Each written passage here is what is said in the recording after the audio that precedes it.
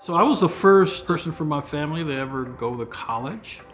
But I think once, you start having people in your family go to college, you start inspiring other people in your family to do the same thing. And once you get a good job, you start getting experiences that you didn't have when you were growing up in the community that you grew up in. I got to Cincinnati because of Procter& Gamble. That was my first career, where I spent 32 years, but I've been retired from Procter& Gamble for quite some time.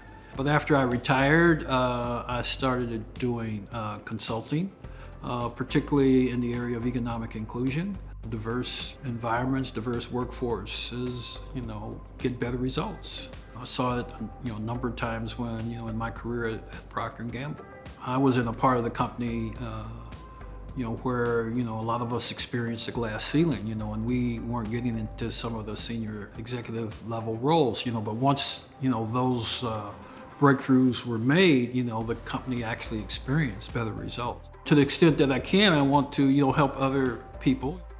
We started the conversation with Dean Szymanski about why isn't the business school, more engaged with the African American business community here in Cincinnati.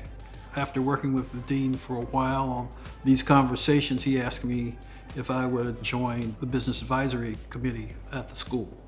I'm very excited about the new dean, Mary Ann Lewis, who has a very exciting vision, great strategy, great leadership team. And I'm excited about, inclusion is one of the planks in the strategic plan.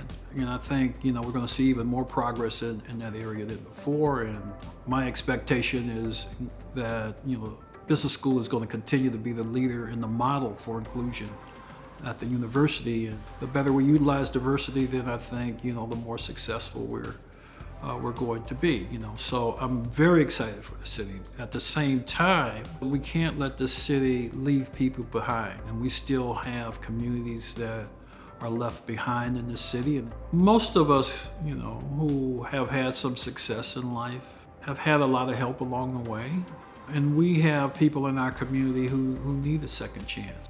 Folks who need that helping hand also need a little mentorship and a little support, as they're trying to, become successful in the workplace. I would encourage business owners to give back in that way, because it doesn't just, help that individual, it helps our community.